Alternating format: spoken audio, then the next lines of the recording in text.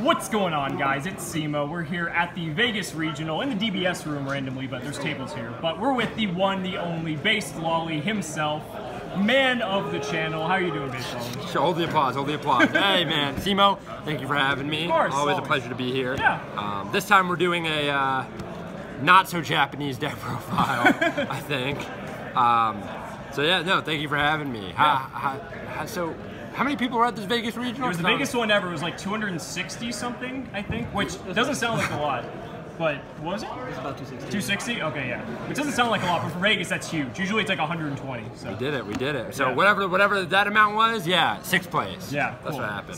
So what? I see you're playing the good old Bay. Good old faithful, yeah. Sentoki. Yeah. So why'd you go with this? Because it's all I know how to play, and also everyone was telling me that. Until Thunder Dragons. Well, right. So everyone was telling me. In Japan, I play Sky Striker or Sentoki, but then when I come here, they're like, what about a TCG? What about a TCG video? And it's because, like, well, I haven't really gone to tournaments here. But now it's like, so I missed my flight to Columbus. Shout out to Garen, but I'm here now. Yeah. So we drove, made sure, didn't book a flight or anything. That'd be bad. And I love getting your insights because you have the experience in the OCG. Right. So I feel like you can give a lot of different insight, like with a deck like this especially. Oh, I appreciate it. Yeah. Well, first of all, I want to give a huge shout out to the BasedLoli show. Of course. Check it out.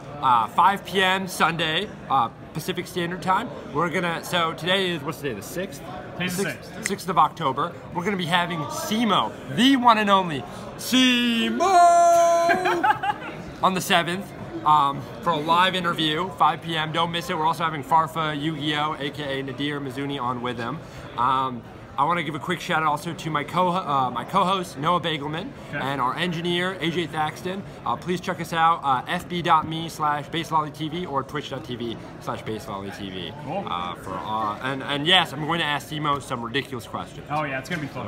So don't worry. And then quick shout out to Titan Esports, my team, and Metamets, and Saki, who is my general camera woman for Japanese deck profiles. So, arigatou gozaimasu. So, go ahead and do it. All right, perfect. So, I'm not going to explain the obvious stuff. We know this. Yeah, right. So, I mean, I'm not going to waste your time. The reason why there are no other hand traps, however, is because other than Goki, the hand traps actually are awful. Like, Ogre is only good at hitting multi-roll, and that'll only happen once. Bell is terrible. Really, if you're, yeah, it's just awful. Bell, like, comes up once every, like, 5 games in the mirror. And, like, against Goki, they don't do that Ibli combo anymore because they don't have Goblin. So, yeah, all the other hand traps are just subpar, and I side the rest of them for Goki. Otherwise, Ash is fine. So, just 6 monsters, that's it. Not playing around, so, okay, again, this makes up the deck. 3 multi-roll, wanted to see it play as much as possible, and also so I'll explain in a second. 3 shared ride, the mirror's the most prevalent deck, and this is basically like skip a turn, and my opponents drew this all the time, and I drew this not at all, so whatever. Figures, right. Yeah, so because of how devastating this card is, and because of how good multi-roll is, I decided, of course, play 3 copies of Twin Twister, but I didn't want to stop there, because everyone else is playing Twin Twister, so I don't really have any leverage on playing like very reactive back row because they'll just draw Twin Twister. So I said, meet me in the middle here, and I played 2, just kidding, 3 Mystical Space Typhoon.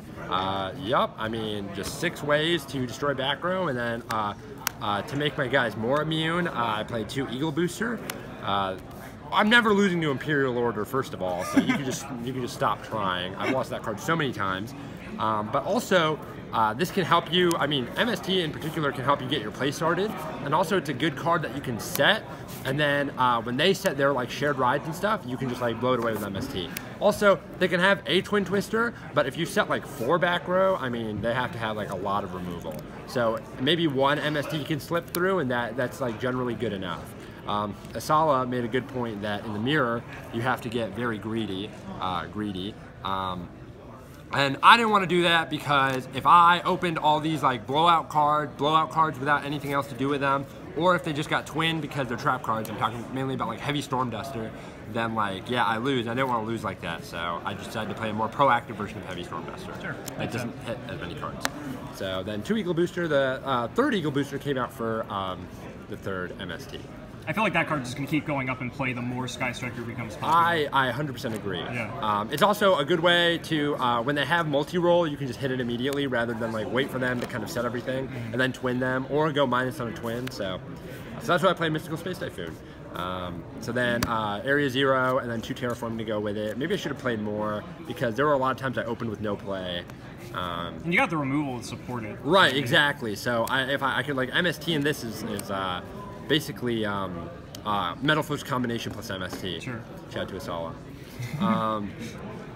Then 2 Foolish Goods and Metal Foe Fusion to go with it. The MSTs used to be Galaxy Cyclones, so you could send them off Foolish Goods, but it does not order. You cannot set it to an opposing shared ride, and it does not auto face up multi-roll immediately, so MST was just better in that regard. Then Burner, Jamming. This was in case people were moving towards, because people are playing Eagle Boosters, if people moved more towards Strike, and I just didn't have Twin or MST, I could just Jamming Wave their back row because, I mean, Eagle Booster doesn't stop Strike.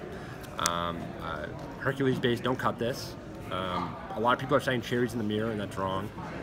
Because if they ever get a Kagari out, then you can just recycle that one Kagari, and then in the mirror, you can Shark Cannon it back. So you basically have 3 usages of Kagari. And then Hornet Drones, and then Rhoda Upstart. So pretty standard on that front.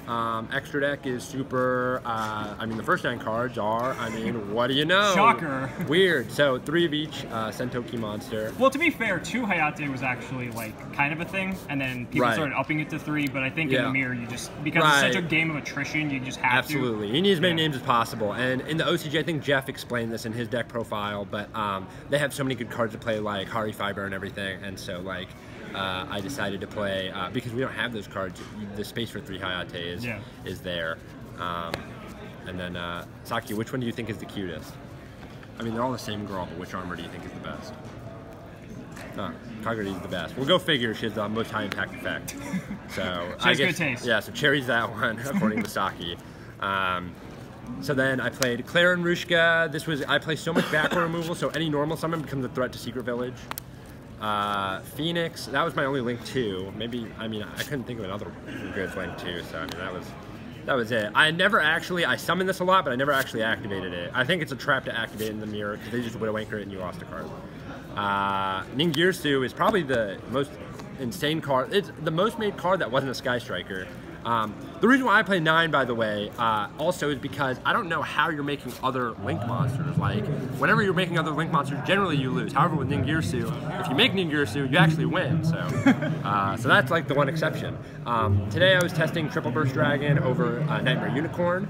It was a 10 Sentoki, especially under Cherries, where you can use this to bring back Kagari, and you can protect it with Eagle Booster so that it'll stay face up for the next turn. So I tested it. It tested really well today, actually. I would definitely play it again. However, a card I wouldn't play again is Topologic Bomber Dragon. A lot of people don't explain it. You go Bomber Dragon and then go on to the next card. But this card is actually worth explaining because it is one of 2 of the few. I mean, there are 3 actually. There's Nightmare Griffin, there's Firewall Dragon, there's Topologic Bomber Dragon that you can make by taking a Link 3 and using one of your Sentoki monsters. This is the best one out of the 3, I think. It also has the best arrows, but I never made it, so I don't think it was worth playing. Even. It's the best of the worst. Right, exactly. And then Boral Sword Dragon. And that's a good Link for. I actually like it a lot. I don't know why some people get away with not playing it. It's really good against Waking. It's also really good to close out the game fast. So. Which this deck needs. Yeah, absolutely. Yeah, it definitely needs like some way to kill. So then the side, I played a lot of hand traps. So 3 Meister, 3 Ogre, 3 Gamma. I don't know, Goku went Super Saiyan or something. So I played a lot of hand traps, mainly for Goki, because as you can see, my main isn't oriented for it. So Skullmeister's something we haven't seen too much of. Right. So as you can see, I tried to maximize my extra deck to like, so for like as many situations as possible, and this left me without room for Cherries. So I had to play like something that didn't get hit by Midfield Breaker, was generically good against like this Rise and like what I like to call malicious decks, which are Hero, Burning Abyss is a malicious deck, and Goki. So Skullmeister hits all of those. It's like a catch-all. You can use it like Effect Veiler, so you can use it multiple times, and it negates the activation, so you can use it in damage step. Nice, yeah. Randomly, it's also really good against Alter. It's a card you can normal summon to attack over Marionetter and then make the Ventrilla duo, so that your next line of play doesn't run into Protocol. Also, you can hit, if they sign into Waking the Dragons, because I play so much removal, you can hit Waking the Dragons with Skullmeister. Awesome. So it's also good against Alter. Yeah. So it's basically a catch-all for those decks. Ogre is only for combo. I don't think signing it for multi-roll warranted signing 3 or even 2, so in the mirror I would just side 1. And yeah, exclusively for multi-roll. And it's like if you see it, you see it. Exactly, if you don't, you don't. It was just me taking out like the worst cards. So this card actually gets hit by Midfield Breaker. It's the only card in my deck that gets hit by Midfield Breaker as a hand trap, and then Gamma. Because again, doesn't get hit by midfield and it's really good against combo. Also good against Draco, which a lot of people play today, and if you're going to an event, do not play Draco. Literally a waste of your trip. So please don't do that. I don't want you to do that. That deck is a headache to play against. So then 2 Called by the Grave and 3 Evenly. Called by the Grave is now at 2, otherwise I would try and play 3, but it's mainly for the people who are siding. First of all, it's for Droll decks. So this deck has a really easy time of playing through like a majority of hand traps, but one of them is not Droll.